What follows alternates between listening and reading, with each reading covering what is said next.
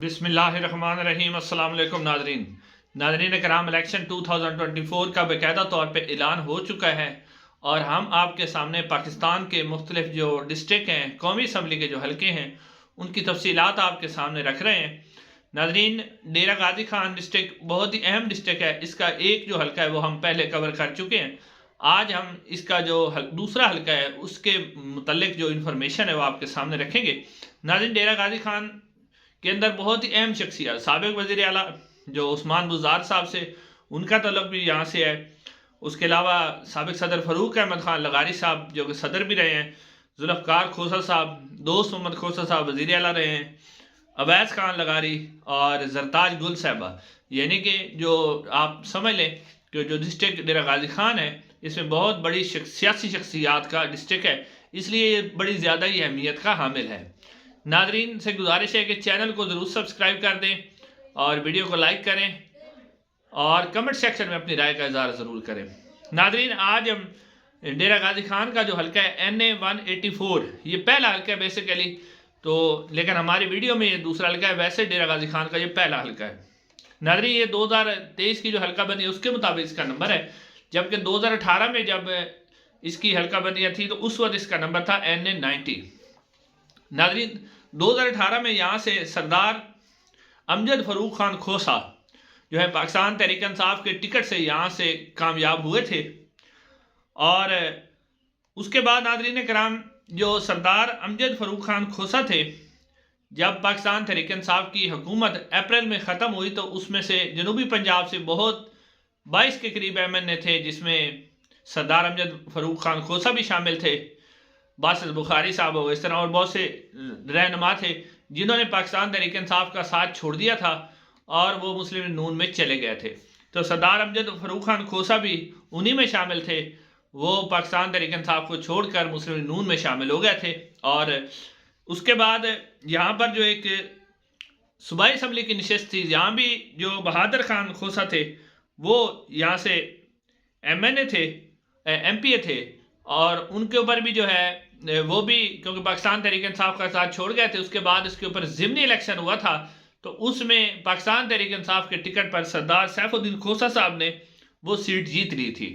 तो इसलिए अब ये डिस्ट्रिक्ट बहुत ही ज़्यादा अहमियत का हामिल है, क्योंकि इसमें अब पाकिस्तान मुस्लिम नून के उम्मीदवार भी मौजूद हैं, पाकिस्तान तहरीक इंसाफ के उम्मीदवार भी मौजूद हैं। तो बड़ा ही ज़बरदस्त और एक कांटेदार मुकाबला जो है मुतवक्की है इस हल्के के अंदर। नाजरीन, अगर हम सरदार अमजद फ़रूक खान खोसा की बात करें तो सीनियर पॉलिटिशियन है, साहब MNA भी हैं। अब पाकिस्तान मुस्लिम नून का टिकट जो है वो उन्हीं के पास रहेगा। अब कुछ इतलात आ रही हैं कि वो खुद इलेक्शन लड़ेंगे या फिर उनके जो बेटे हैं अब्दुल कादिर खोसा साहब वो पाकिस्तान मुस्लिम नून के टिकट से इलेक्शन लड़ेंगे। यानी जो यहाँ पर टिकट है वो सरदार अमजद फ़रूक खोसा के पास ही नून लीग की रहेगी और वो यहाँ से जो है इलेक्शन लड़ेंगे, चाहे वो खुद लड़ें या उनके बेटे लड़ें। दोनों के कागजात नामजदगी जमा है। अब इलेक्शन कौन लड़ता है इसका फैसला अगले चंद दिनों में हो जाएगा, लेकिन पाकिस्तान मुस्लिम नून का जो टिकट है वो उन्हीं के पास रहेगा और मुस्लिम नून के कैंडिडेट यही हैं। उसके बाद नाज़रीन कराम, तहरीक इंसाफ की बात करते हैं। पाकिस्तान तहरीक इंसाफ में शामिल हुए थे सरदार सैफुद्दीन खोसा साहब। सरदार सैफुद्दीन खोसा इससे पहले जो आप जैसा कि आपको पहले बताया कि ज़िमनी इलेक्शन में मेंबर सूबाई असम्बली मुंतखब हो चुके हैं, काफ़ी ज़्यादा वोट बैंक रखते हैं। सरदार सैफुद्दीन खोसा जो है वो 184, इसमें से भी पाकिस्तान तहरीक इंसाफ के टिकट से इलेक्शन लड़ने के ख्वाहिशमंद हैं और 186 में से भी लड़ने के ख्वाहिशमंद हैं। यानी 2 नशिस्तों पर जो है सरदार सैफुद्दीन खोसा साहब इलेक्शन लड़ने का इरादा रखते हैं और कागजात नामजदगी भी उन्होंने जमा करवाए हैं। और सरदार सैफुद्दीन खोसा के हवाले से ये भी खबरें हैं कि उन्होंने अभी तक पाकिस्तान तहरीक इंसाफ को नहीं छोड़ा, ना ही उनका कोई बयान आया है। हालांकि उनके ऊपर भी केसेस हैं और गिरफ्तारियां वगैरह भी हुई हैं, लेकिन अभी तक जो है वो पाकिस्तान तहरीक इंसाफ के साथ खड़े हुए। नाज़रीन, यहाँ पर एक तीसरे उम्मीदवार हैं जवेद अख्तर लुंड साहब। जवेद अख्तर लुंड साहब भी इस हल्के के अंदर काफ़ी, ये हल्के जब चेंज हुए ना, थोड़ी सी हल्का बंदियाँ तब्दील हुई तो उसमें इलाके कुछ तब्दील हुए हैं। वो भी बहुत ही अहम शख्सियत हैं, अपना वोट बैंक रखते हैं।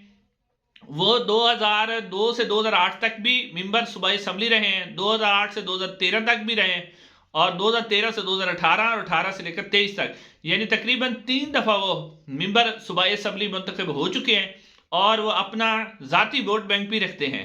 लेकिन जो सरदार जवेद अख्तर लुंड साहब हैं, उनका और सरदार सैफुद्दीन खोसा, इनका ग्रुप एक ही है, यानी दोनों एक ही ग्रुप से ताल्लुक़ रखते हैं।